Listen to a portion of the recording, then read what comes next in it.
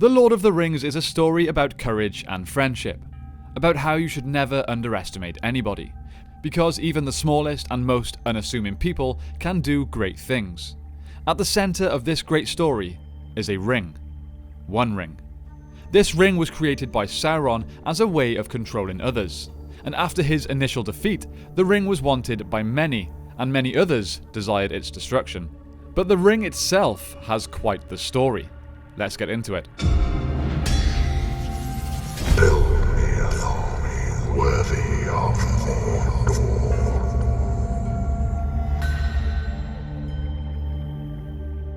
Before we start, if you guys haven't already heard, we have started releasing videos over on the old channel. What was previously History of the Ages is now the Tabletop Alliance, and we will be playing all sorts of Lord of the Rings games on there, from Middle-earth strategy battle game, to the One Ring RPG, to video games and more.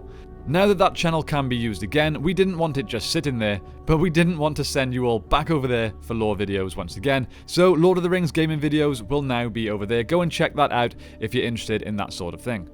So, let's start at the very beginning, the forging of the Great Rings of Power. In the year 1200 of the Second Age, the elves of Eregion began receiving great things from one calling themselves Annatar, Lord of Gifts. Annatar offered the elves his help and his vast knowledge to aid them in their power and influence in Middle-earth. However, even in this generous and kind form, Annatar was not trusted by all of the elves, particularly Gil-galad, Elrond and Galadriel. They were extremely suspicious of his deeper intentions. Although there were many jewelsmiths that were far more welcoming of Annatar, and their leader, Celebrimbor, accepted the gift of knowledge from this mysterious character.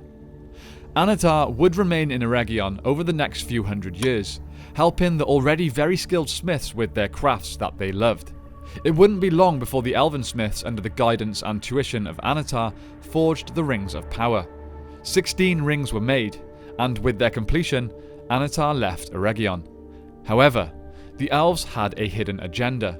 They were to use the knowledge that they had gained from their teacher, from this bringer of such great gifts of knowledge, to create their own rings.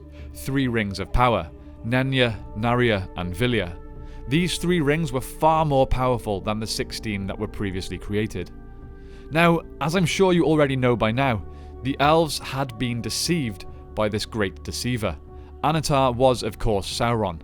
And Sauron had, in secret, forged a master ring that would rule over all of the others, using dark magic that he had taught them to use during the forging process of the others.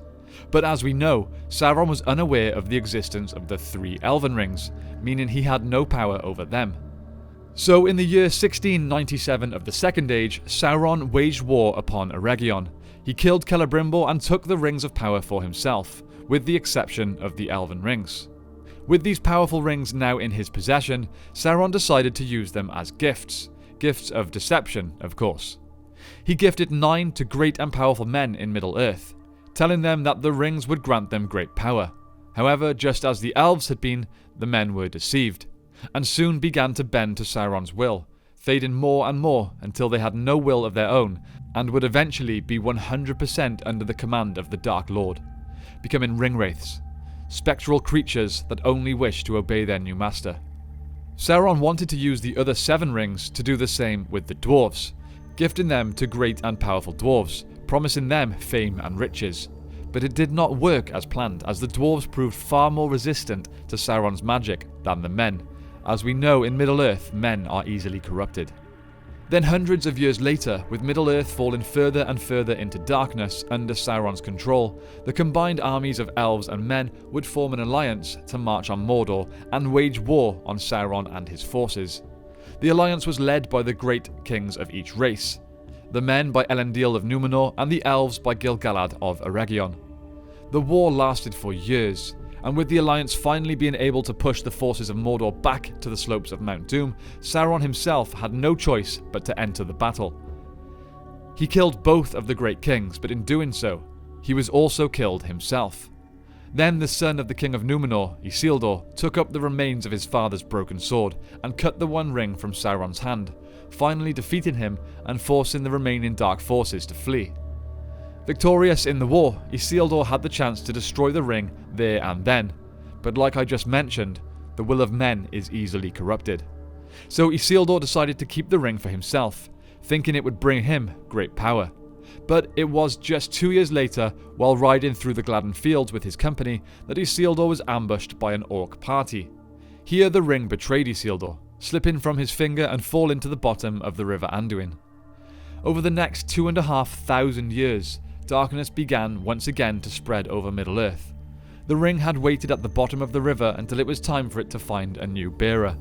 It wasn't until 2463 of the Third Age that the ring was picked up by one of the river folk named Deagle, who happened to come across it while fishing.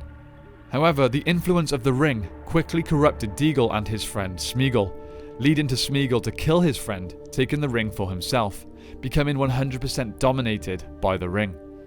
A few years later, Smeagol ventured into the Misty Mountains to have some alone time with his precious. Over the next 500 years, the ring completely consumed him.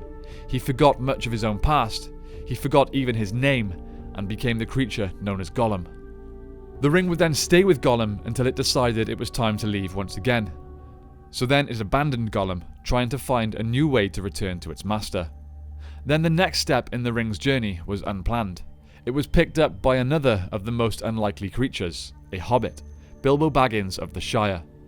Bilbo had gotten lost in the Goblin Caves during the quest of Erebor and came upon the ring, using its powers of invisibility to escape the caves. It just so happened that the hobbits actually have a very strong natural ability to resist the ring's power, and so he did not fall under the ring's influence. But then, on his 111st birthday, in the year 3001 of the Third Age, Bilbo decided to leave the Shire and journey to Rivendell once more. After some convincing from Gandalf, who could see the ring very slowly having an effect on Bilbo, he decided to leave the ring to Frodo. 17 years after Bilbo left the Shire, Gandalf returned, having discovered the truth of Bilbo's ring. The truth that it was in fact the One Ring, something that the Hobbit had never known, just thinking of it as a magical ring. Gandalf tasked Frodo then with taking the ring in secret to Rivendell, and after a perilous journey, Frodo and the ring made it to the Council of Elrond in Rivendell, and the council was made to decide the fate of the ring. Should it be kept safe? Should its power be used? Or should it be destroyed forever? After a great debate with many conflicting opinions, it was decided that the ring should be destroyed, and Frodo was once again chosen to bear the great burden that is the ring. It would be taken to Mordor, to the great fires of Mount Doom, the one place it could be destroyed. And so a fellowship was formed, and the quest to destroy Sauron forever began. I am sure you all know the story from here on out in great detail, so I won't end this video by just recapping the Lord of the Rings. But yes, Frodo eventually succeeds in the task of destroying the One Ring in Mount Doom, with a lot of help from Samwise Gamgee. Okay, that is it from me today, my friends. Time, as always, has come to thank our patrons. A big shout out goes to the members of our 3 highest tiers: Kevin, Abram, Matt, Glorfindel of Gondolin, The Sheath, Denver Steel, Gregory, John, Andrew, and Pirate747. You guys are supporting this short film that we are working on, and we could not be more grateful for all of you. We will be putting out some more updates soon on our film, and we have a huge meeting for it in October, and then shooting will hopefully commence early next year. Keep your fingers crossed for no more interruptions for us, and we will get to work as soon as we can. But trust me, things are moving along. Thank you all so much for watching today. Don't forget to go and check out the Tabletop Alliance for some Lord of the Rings Middle-earth strategy battle game content. Hopefully you enjoy that, and it's something of interest to you. I hope you all have a great day today, and I will see you next time on The Broken Sword.